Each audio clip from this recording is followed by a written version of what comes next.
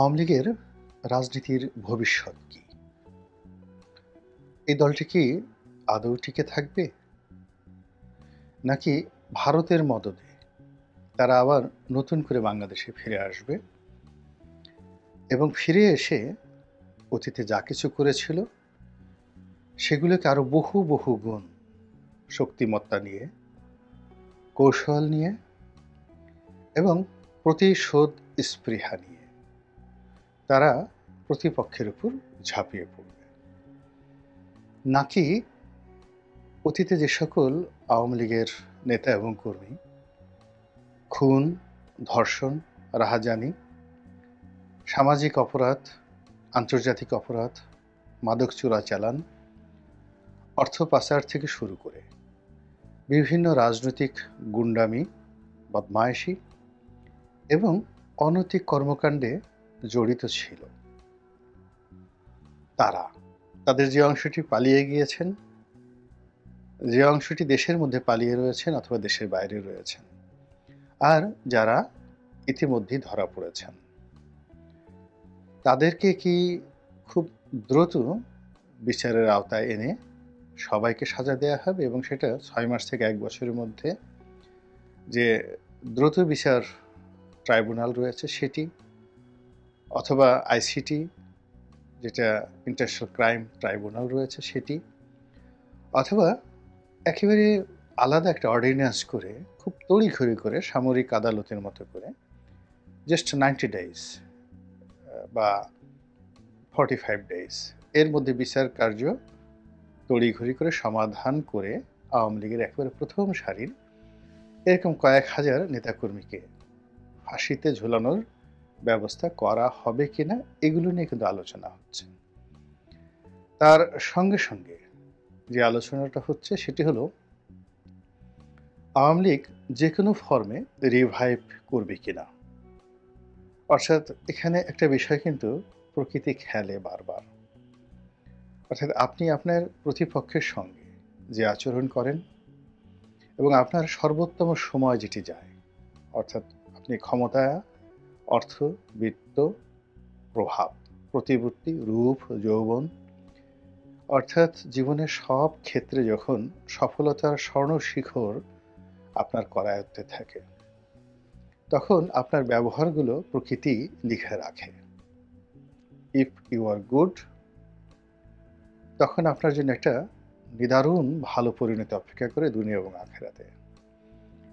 এবং if you are bad, worst, অর্থাৎ আপনি ক্ষমতা পাওয়ার সঙ্গে সঙ্গে পিতামাতাকে ভুলে গেলেন, প্রিয়জনকে ভুলে গেলেন, আপনজনকে ভুলে গেলেন, এমন একটা অকৃতজ্ঞর যে ভাবভঙ্গি নিজের ব্যক্তিত্বে ফুটিয়ে তুললেন, যেটি আল্লাহ রাব্বুল আলামিন কোরআনে খুব চমৎকারভাবে বলেছেন যে তার বান্দারা মানে আমরা যখন বিপদে পড়ি তখন আমরা খুব কান্নাকাটি করি, এত বেশি কান্নাকাটি করি যেটা ভাষায় প্রকাশ করা যায় না। এবং আমাদের কান্নাকাটির কারণে মহান আল্লাহ রাব্বুল আলামিনের যে দয়া এবং তার করুণার যে সাগর সেখানে জোশ এসে যায়।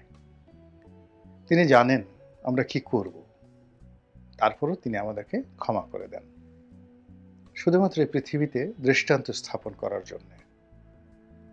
তো সেই ক্ষেত্রে যখন মানুষ বিপদ মুক্ত হয়ে পড়ে, সে গা ঝাড়া দিয়ে উঠে এমন তাণ্ডব শুরু করে, এমন একটা ভাব ভঙ্গি দেখায়, অবস্থা দৃষ্টি মনে হয় কোনো কালে তাদের যে বিপদ ছিল, বিপত্তি ছিল এবং তারা যে অঝরে চোখের পানি ফেলেছে, এইরকম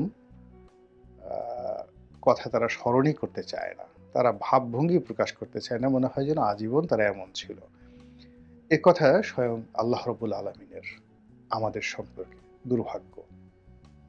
যা বলছিলাম, তো আমাদের এই বাংলাদেশের রাজনীতিতে এখন আওয়ামী লীগ খুবই দুর্ভাগা অবস্থায় আছে এবং তারা হয়তো যার যার অবস্থানে থেকে চিন্তা করছেন আবার সুযোগ পেলে ভালো কিছু করবেন, কেউ চিন্তা করছেন আবার সুযোগ পেলে দেখিয়ে দেবেন এটা করবেন ওটা করবেন, যার যার মতো করে আল্লাহ রাব্বুল আলামিনের সঙ্গে তাদের একটা যোগাযোগ হয়ে যাবে।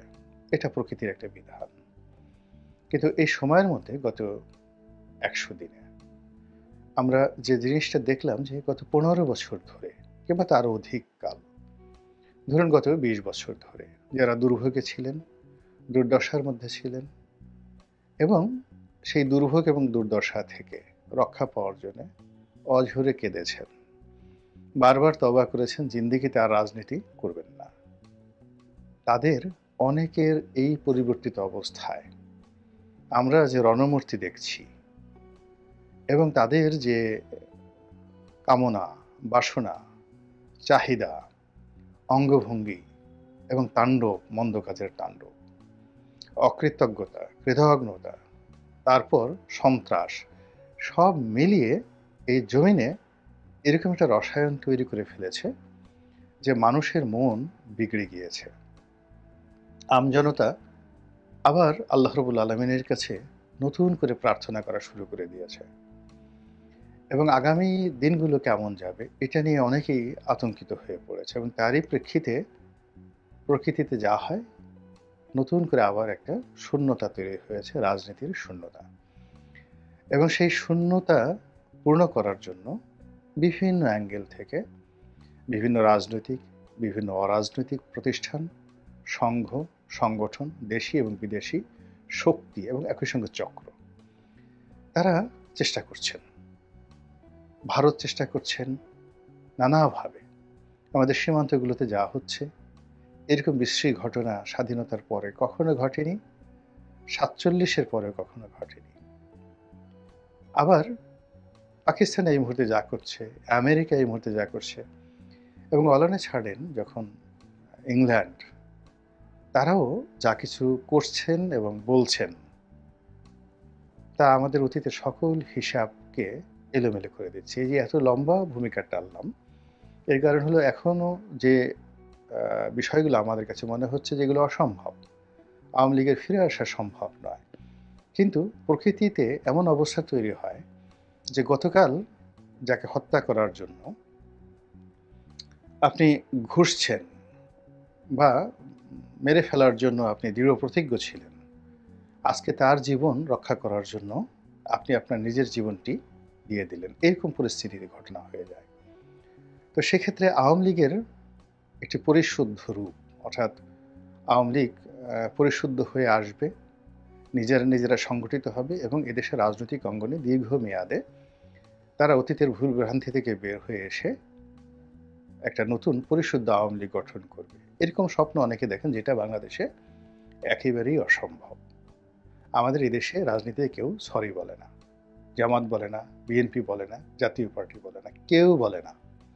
কাজে আওয়ামী লীগ অতীতে বলেনি, এখনো বলছে না এবং আগামী দিনেও বলবে না।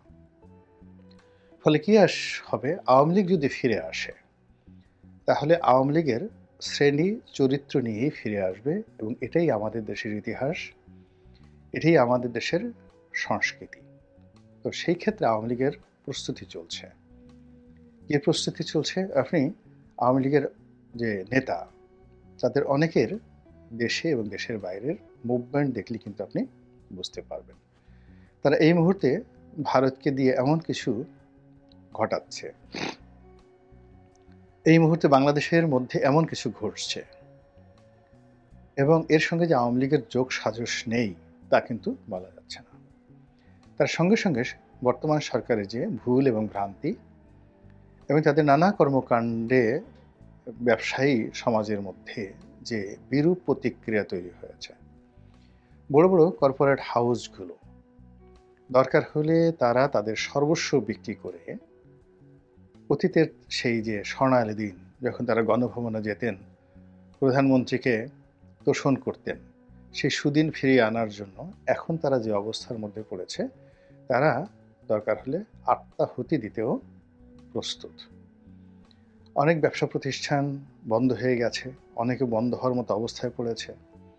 অনেকের দেশ বিদেশের সহায় সম্পত্তি নিয়ে যেভাবে টান দিয়েছে, তার জন্য তারা সবাই মিলে একটি মরণ কামড় দেবে এবং একটি যাকে বলা হয় আওয়ামী লীগকে পুনর্বাসন করার জন্য একটি প্রকল্প তারা বাস্তবায়ন করবে। এটা একেবারেই স্বাভাবিক এবং আমরা পাক ভারত উপমহাদেশ নয়, সারা দুনিয়ার ইতিহাসে দেখেছি যখন একটা বিপ্লব হয়, সেখানে খুব অল্প সংখ্যক ক্ষেত্রে বিপ্লব পরিপূর্ণভাবে সফল হয়। পৃথিবীতে যে কটি বিপ্লব একেবারে খুব পূর্ণমাত্রায় সফল হয়েছে, সে বিপ্লবের মধ্যে কিউবার বিপ্লব এবং এই যে বর্তমানে সৌদি আরব যারা চালাচ্ছেন ইবনে সৌদ পরিবার, তাদের সেই ওয়াহাবি বিপ্লব, এই দুটো বিপ্লব পরিপূর্ণভাবে আজ পর্যন্ত সফল হয়ে টিকে আছে। এর বাইরে অন্য যে বিপ্লবগুলো হয়েছে এর ৯৯% বিপ্লবই প্রতি বিপ্লব দ্বারা প্রতিহত হয়েছে, ভ্যানিশ হয়ে গেছে এবং বেশিরভাগ ক্ষেত্রে সাবেক রেজিম, মানে যাদের বিরুদ্ধে বিপ্লব হয়েছিল তারা আবার প্রকারান্তে ফিরে এসেছে। তো আওয়ামী লীগ এই বিষয়গুলো, তারা বাংলাদেশে এখন যারা আওয়ামী লীগকে ভয় দেখাচ্ছেন তাদের সাথে ১০০০ গুণ বেশি বোঝেন, জানেন এবং তাদের সেই 1954 থেকে 1954 সন থেকে আজ অবধি বিরূপ পরিস্থিতি মোকাবেলা করার অভিজ্ঞতা আছে। বিরূপ পরিস্থিতিতে টিকে থাকার জেনেটিক জিনগত যে বৈশিষ্ট্য, এটি আওয়ামী লীগের রক্ত, মাংস, অস্থি, মজ্জা এবং মস্তিষ্ক একেবারে পাকাপোক্ত হয়ে গেছে। কাজেই এই যে বর্তমান যে সমস্যাগুলো আমরা দেখছি, আওয়ামী লীগের লোকজন কিন্তু এই সময়ের মধ্যেই সবকিছু তারা সামলে নিয়েছে। 99% আওয়ামী লীগের যারা লোকজন তারা এখনো বাংলাদেশে আছেন। বোঝার চেষ্টা করুন, 99% বেশি আওয়ামী লীগের যারা লোকজন এখন বাংলাদেশে আছেন। শুধু আছেন না, যার যার অবস্থানে গ্রামে গঞ্জে ব্যবসা বাণিজ্যে সব জায়গাতে একেবারে বহাল তবিয়তে আছেন। তাহলে যদি ৩৫% লোক আওয়ামী লীগ করে, তার 1% আওয়ামী লীগকে আমরা যদি ধরি, ৯৯% আওয়ামী লীগ যার যার অবস্থানে আছে, আর 1% আওয়ামী লীগ বাস্তুচ্যুত হয়েছে। এক গ্রাম থেকে অন্য গ্রামে, এক শহর থেকে অন্য শহরে, এক জেলা থেকে অন্য জেলায়, অথবা বাংলাদেশ থেকে অনেকে পালিয়ে গেছেন। অনলি 1%। আবার এই 1%-এর মধ্যে যদি আপনি এটাকে ১০০ করেন, তাহলে দেখবেন যে ৯৯ জন লোক বাংলাদেশের মধ্যেই আছেন, আর একজন মাত্র লোক সীমান্ত পাড়ি দিয়ে ভারতে, লন্ডনে, আমেরিকাতে গিয়েছেন, খুব অল্প। তাহলে এই যে একটা শক্তি, এটি একটা জীবন্ত আগ্নেয়গিরি কিন্তু ঘুমন্ত। আবার বলছি, জীবন্ত আগ্নেয়গিরি কিন্তু ঘুমন্ত। সেটাকে মোকাবেলা করার জন্য যে পরিকল্পনা দরকার, যে জনপ্রিয়তা দরকার, যে সাংগঠনিক শক্তি দরকার, যে শুভ কর্ম দরকার, এটি ডক্টর মোহাম্মদ ইউনূসের সরকার একেবারেই করতে পারছে না, বরং উল্টো করেছে। এর ফলে কি হলো, প্রশাসনের মধ্যেই আওয়ামী লীগের ভূত চেপে বসেছে এবং আওয়ামী লীগ সেই জিনিসগুলোকে তারা বিভিন্নভাবে বাজানোর চেষ্টা করেছে। কখনো সজীব ওয়াজদের জয়ের মুখ দিয়ে এক ধরনের কথা আসছে, কখনো শেখ হাসিনার একটা কল রেকর্ড ফাঁস হচ্ছে, কখনো বঙ্গবীর কাদের সিদ্দিকী একটা কথা বলছেন, কখনো সেই জনাব সোহেল তাজ শেখ হাসিনাকে গালাগাল দিচ্ছেন।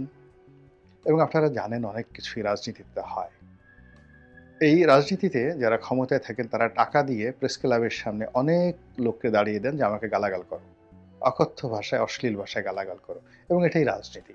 তো কাজেই যারা শেখ হাসিনাকে গালাগাল করছেন খুব অশ্লীল অশ্রাব্য ভাষায়, আওয়ামী লীগকে যারা গালাগাল করছেন এবং শেখ হাসিনার পরিবর্তে ডক্টর ইউনূসকে ত্রাণকর্তা মনে করছেন, ওর মধ্যে যে বা ওনার মধ্যে যে শেখ হাসিনার ভূত নেই একথা কিন্তু বলা যাবে না।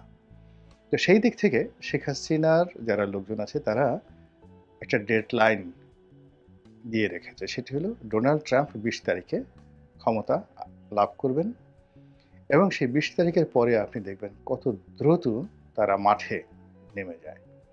এবং সেটি এখনো অনেক সময়, এর কারণ হলো পুরো ডিসেম্বর মাস এবং জানুয়ারির ২০ তারিখ। এই সময়টি যদি ইউনূস সরকার এবং তার সমর্থক যারা রয়েছেন তারা এই আওয়ামী লীগের এই ২০ তারিখের পরের যে ডেডলাইন, এটাকে মোকাবেলা করার জন্য প্রস্তুতি নিতে পারে, তখন এক ধরনের সমীকরণ রচনা হবে। আর যদি তারা ক্রমশ এখন যে দুরবস্থার মধ্যে আছে তাদের এই দুরবস্থা বাড়তে থাকে, হানাহানি বাড়তে থাকে, ব্যর্থতার পরিমাণ বেড়ে যায়, তাহলে আওয়ামী লীগের যে ডেডলাইন এটি ২০ তারিখ থেকে এগিয়ে ২০শে ডিসেম্বর যে হবে না, এই কথা আমি এখনো বলতে পারছি না।